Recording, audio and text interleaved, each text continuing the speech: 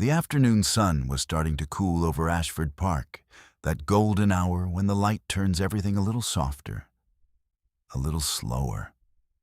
Clara Bennett, 26 years old, sat on her usual bench near the fountain, a paperback open on her lap that she wasn't really reading. She worked at the city's public records archive, the kind of job that trains a person to notice things.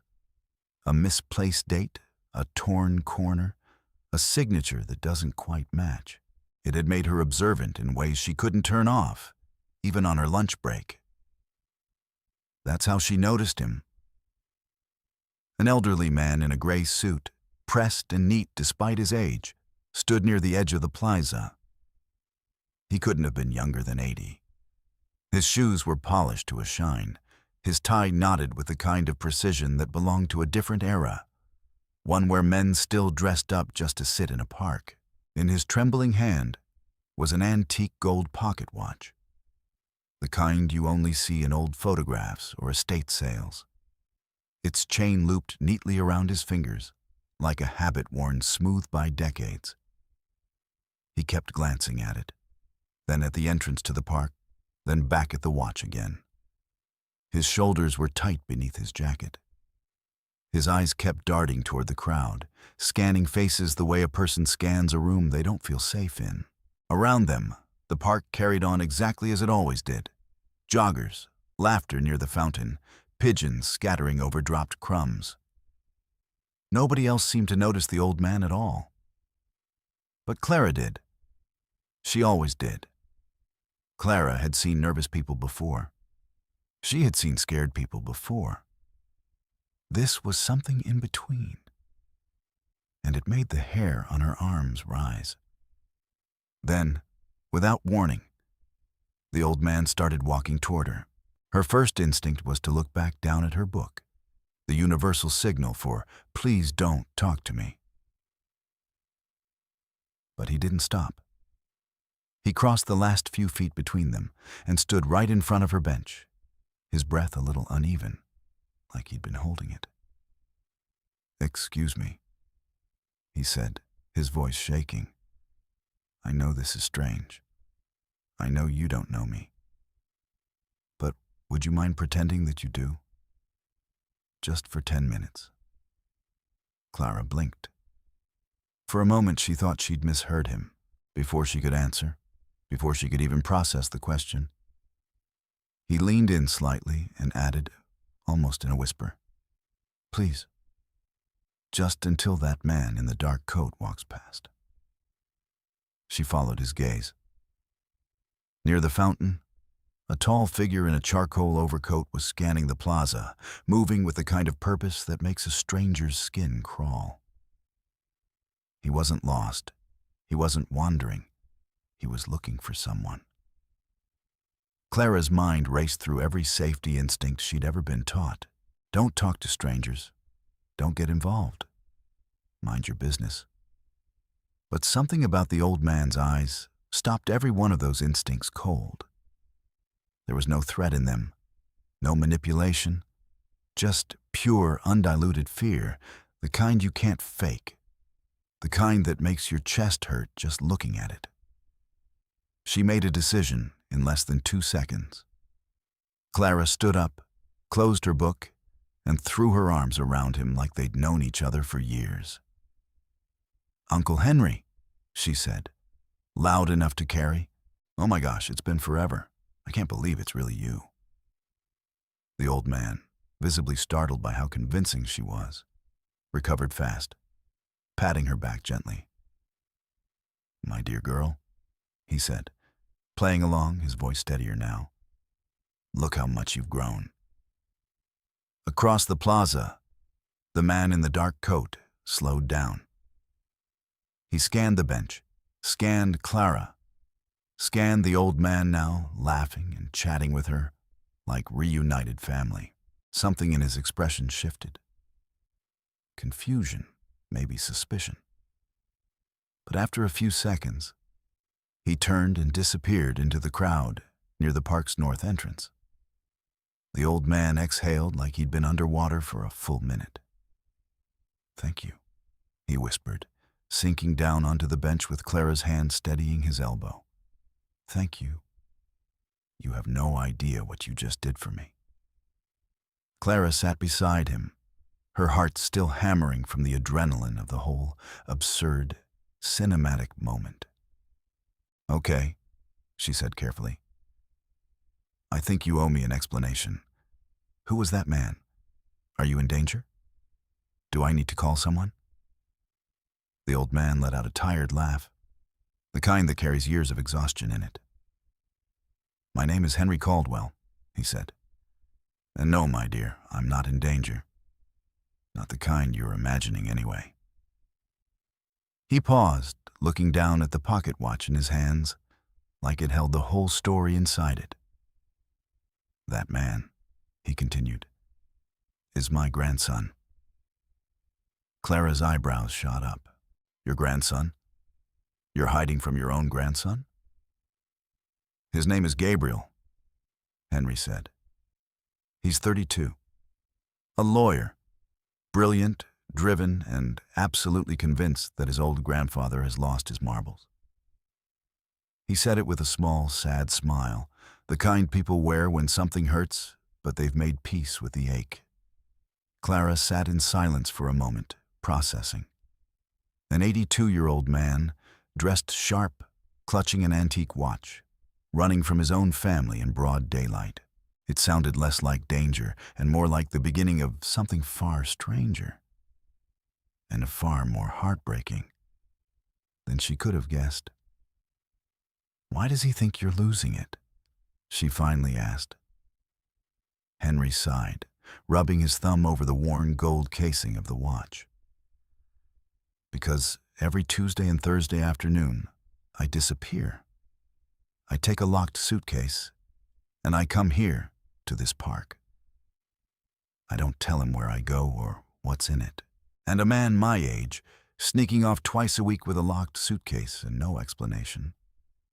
Well, you can imagine what conclusions a worried grandson might jump to. He thinks you're being scammed," Clara said slowly, "or wandering off, or losing my mind, yes," Henry finished for her. "He's been talking to doctors, looking into memory care facilities. He thinks he's protecting me." His voice cracked slightly on the last word.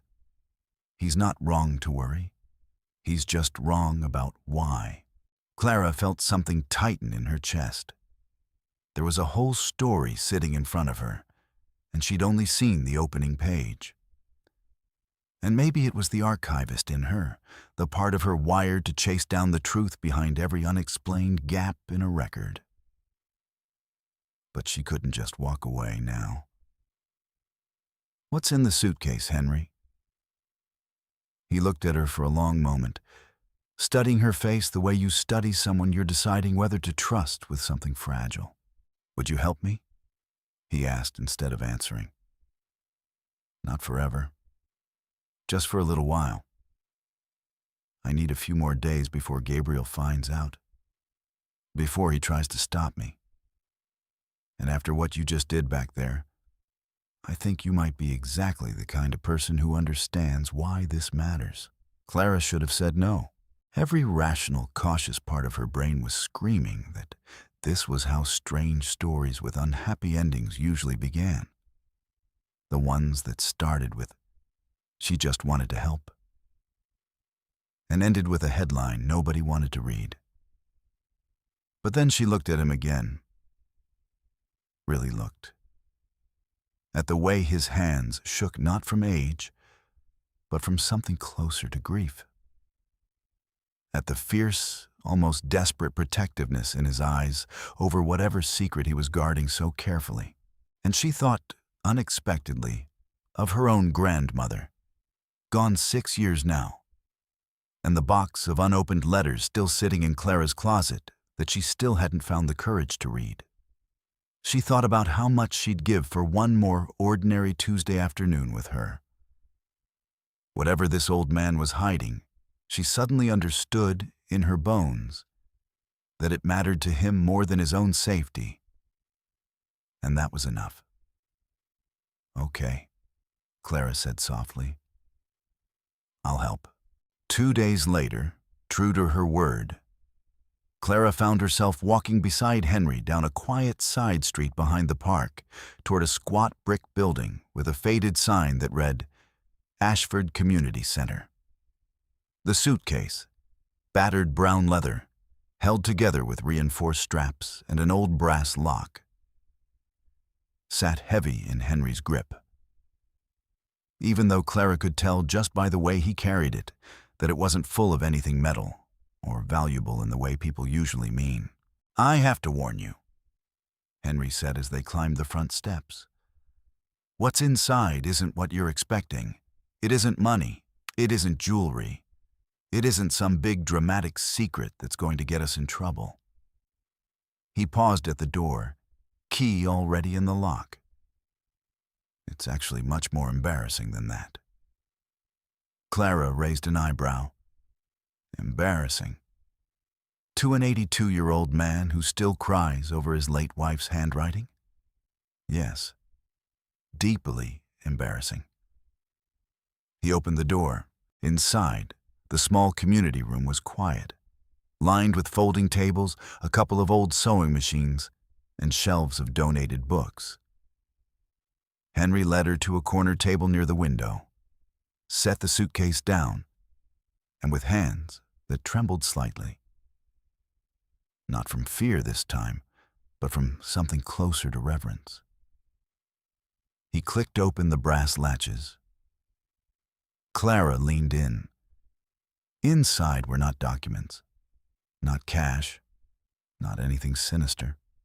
It was letters. Hundreds of them, yellowed with age. Some in fading blue ink, some typed on an old manual typewriter, tied together in careful bundles with faded ribbon that had once probably been a deep red and was now closer to the color of dust. There were photographs, too, black and white and faded color, a young Henry in an army uniform, jaws sharp and unlined, standing awkwardly in front of a troop transport, a woman with dark curled hair laughing at the camera, head thrown back mid-laugh, caught in a moment that had happened once, 70 years ago, and never again. Decades of a life pressed flat between pages, waiting patiently in the dark of that suitcase for someone to finally lift them back into the light.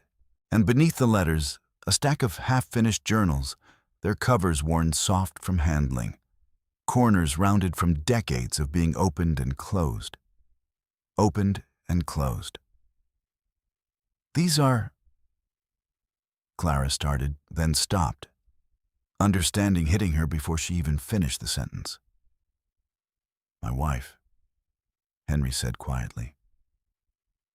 Margaret. We were married for 54 years. She passed away 3 years ago. He picked up one of the letters gently, like it might crumble if he wasn't careful. These are the letters we wrote to each other during the war, when I was stationed overseas, and later whenever we were apart. Her diaries from when she was young, before she even knew me. Photographs neither of our children, well, neither our son before he passed, ever saw. Clara's throat tightened. So, what are you doing with them? Every Tuesday and Thursday? Henry smiled. The first full, unguarded smile Clara had seen from him. I'm typing them out, he said. Every single letter, every diary entry. I'm cataloging the photographs by date. There's a print shop 2 blocks from here that lets me use their equipment in the afternoons, cheap, because the owner's grandson used to be in my Sunday school class 40 years ago. He laughed at himself. I'm binding it all into a book, by hand. It's slow. My hands aren't what they used to be. But I'm almost finished. A book for who? Henry's eyes glistened, and for a moment he didn't answer right away. For Gabriel, he finally said. It's a wedding gift. He's getting married in the spring.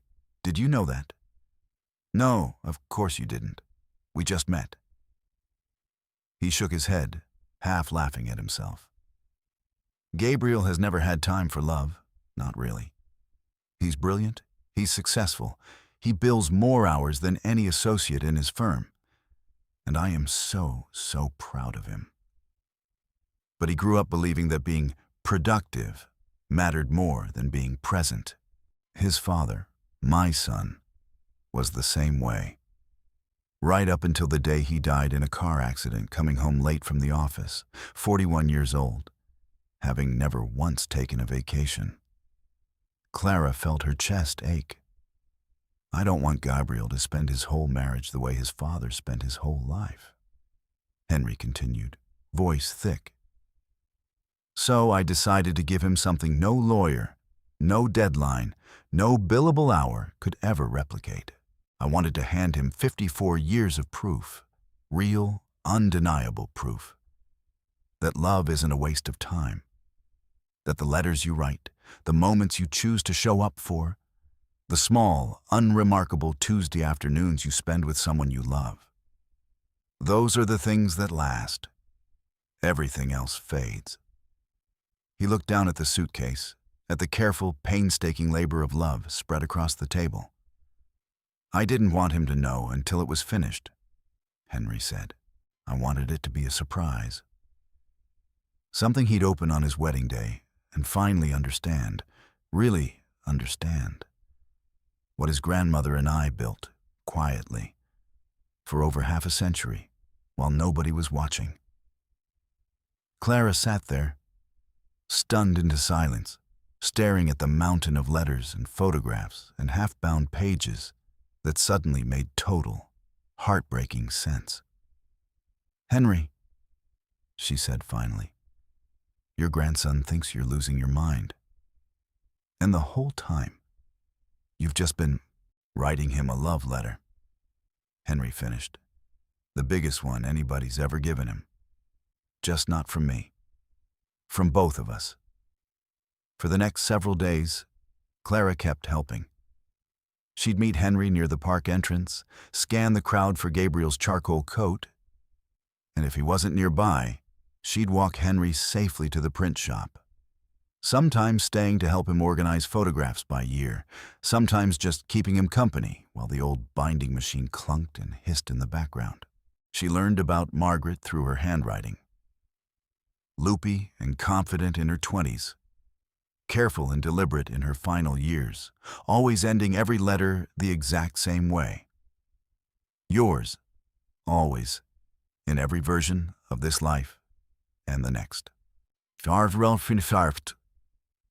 She learned about Henry, too. About the war, about the small grocery store he and Margaret ran together for 30 years, about the son they lost too young, and the grandson who became the only piece of their whole story still standing in front of him, and who Henry was terrified of losing to grief disguised as ambition. But on the 5th day, their luck ran out. Clara and Henry were 3 blocks from the print shop, the suitcase between them, when a car pulled sharply to the curb. Gabriel stepped out before the engine had even fully stopped, his charcoal coat flaring behind him, his face a mixture of panic and fury that only comes from someone who has spent days terrified for a person they love. Grandpa. His voice cracked, both angry and relieved. I have had a private investigator looking for you for 4 days. 4 days, Grandpa. Do you have any idea what I've been imagining? Henry froze, the suitcase gripped tight in his hand, his mouth opening and closing without any sound coming out. The sound of a man caught between 2 truths he wasn't ready to reveal. Gabriel's eyes shifted to Clara, sharp and suspicious. And who exactly are you? Before Henry could answer, before he could stammer out another cover story to protect his secret for just a little longer, Clara stepped forward. My name is Clara, she said steadily. And I think it's time your grandfather told you the truth. But if it's all right with him, I think I should be the one to start. Henry looked at her, eyes wide, silently asking a question she answered with a small, reassuring nod. Turning to Gabriel, whose jaw was still clenched with 4 sleepless days of fear, Clara said gently, "He's not losing his mind. He's not being scammed. He's not wandering. Every Tuesday and Thursday, for the past several months, your grandfather has been walking 2 blocks to a print shop to hand-bind a book made entirely of his own life with your grandmother. Every letter, every diary entry, every photograph they ever shared in 54 years of marriage." Gabriel's face went still. "He's making it for you," Clara continued, quieter now. "For your wedding. Because he's terrified that you're going to spend your whole marriage the way your father spent his whole life, chasing hours instead of moments. And he wanted to give you proof, real proof, in your grandmother's own handwriting, that it doesn't have to be that way." For a long moment, nobody moved. The street noise seemed to fade into the background. Car horns, distant conversation, the hum of the city carrying on around 3 people standing frozen on a sidewalk, unaware that something was quietly breaking open right in the middle of it. Gabriel's eyes moved from Clara to his grandfather, then down to the suitcase, then back up again, as if his brain needed several passes to fully process what he was hearing. His mouth opened, closed, opened again. For a man who built his entire career on always having the right words ready, he seemed, in that moment, to have none at all. "You hired a private investigator," Henry said quietly, shaking his head with a sad, exhausted smile. "For an old man walking to a print shop. I thought someone was taking advantage of you," Gabriel said, his voice raw. I don't know what I thought. I just knew you were disappearing twice a week and lying about where you went. And every scenario I imagined got worse than the last one." "I wasn't lying," Henry said gently. "I was just not ready yet." Then Gabriel's shoulders dropped. All the fury drained out of him at once, replaced by something raw. Something he clearly hadn't let himself feel in a very long time. "You've been hiding a love letter from me?" he asked, his voice barely above a whisper, cracking on the last word. Henry finally found his own voice. "I didn't want you to see it unfinished," he said. "I wanted to give it to you whole. I wanted..." His voice broke completely. "I wanted you to have something from her. From us. Something that would matter more than any case you'll ever win." Gabriel crossed the last few feet between them and wrapped his arms around his grandfather, the same way Clara had done on that park bench 5 days earlier. Except this time, there was no pretending. This time, it was real. And it had been real underneath the whole misunderstanding all along. "I'm sorry," Gabriel said into his grandfather's shoulder, his composed lawyer's voice completely gone, replaced by something raw and young and scared. "I'm so sorry. I thought I was losing you. I thought..." He couldn't finish the sentence. He didn't need to. Henry held on to him, patting his back the way he must have done when Gabriel was small, before deadlines and depositions and the slow erosion of time a person spends getting ahead instead of being present. "You're not losing me," Henry murmured. "You're gaining 54 years of proof that you never have to lose what matters. Not if you choose not to." Clara stood a few steps back, watching the two of them, feeling like an intruder on something sacred, and yet also feeling strangely like she belonged there. Like the 10 minutes of pretending on that park bench had somehow become something real for her too. Gabriel finally pulled back from his grandfather, wiping his face with the back of his hand, trying and failing to reassemble some version of his usual composure. His eyes landed on Clara again. But this time there was no suspicion in them, only gratitude and something else Clara couldn't quite name yet. "Thank you," he said quietly, "for protecting him, for protecting this." He gestured toward the suitcase still clutched in Henry's hand. "I don't even know how to thank you properly." "You don't have to," Clara said, smiling. "Just finish the book with him. Help him finish it right." And that's exactly what happened. Over the following weeks, Gabriel, the same relentless, hour-billing lawyer who had never had time for anything that didn't show up on a calendar, started clearing his Tuesday and Thursday afternoons. He sat beside his grandfather at the print shop, learning how to bind pages by hand, reading his grandparents' letters one by one, watching 54 years of ordinary devotion turn into something extraordinary right in front of him. And Clara, who had only meant to spend 10 minutes pretending to know a stranger, found herself there too. Not out of obligation anymore, but because somewhere in the middle of typewritten love letters and old photographs and an old man's trembling hands, she had become part of the story herself. Gabriel got married that spring, just as Henry had said he would. And on his wedding day, in front of everyone he loved, he opened a hand-bound book containing 54 years of his grandparents' love. Every letter, every diary entry, every photograph, carefully preserved by a man who refused to let his grandson believe that love was something you find time for only after everything else is done. Clara was there too, sitting beside Gabriel, not as a stranger pretending to be family anymore, but as the woman who would, 18 months later, become exactly that for real. Henry gave the toast that night, and though his voice shook with age and emotion in equal measure, every word landed clean and steady, like a man who had finally said everything he'd been carrying for years. He talked about Margaret. He talked about 54 Tuesdays and 54 Thursdays and every ordinary afternoon in between that nobody had ever thought to write down, until he decided somebody should.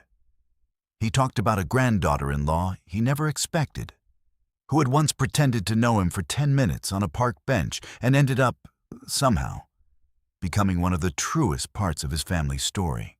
And somewhere in his coat pocket, at every important moment that followed, the wedding, the christening of Gabriel and Clara's first daughter 3 years later, the quiet Sunday dinners that became a tradition none of them ever missed. Henry still carried that same antique gold pocket watch, the one he'd been nervously checking on the day a kind stranger on a park bench decided in less than 2 seconds to trust an old man's fear over her own instinct to walk away. He never did explain why that particular watch mattered so much to him. But Clara had a theory. She thought it was less about the watch itself and more about what it meant to keep time carefully, to notice every minute instead of letting them all blur together unnoticed. Sometimes the bravest thing you can do is pretend to know someone for 10 minutes and end up knowing them for the rest of your life. If this story moved you the way it moved us to tell it, do us a small favor, hit that subscribe button and turn on notifications. We share stories like Henry and Clara's every single week.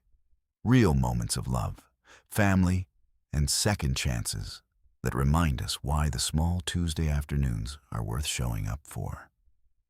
You won't want to miss the next one.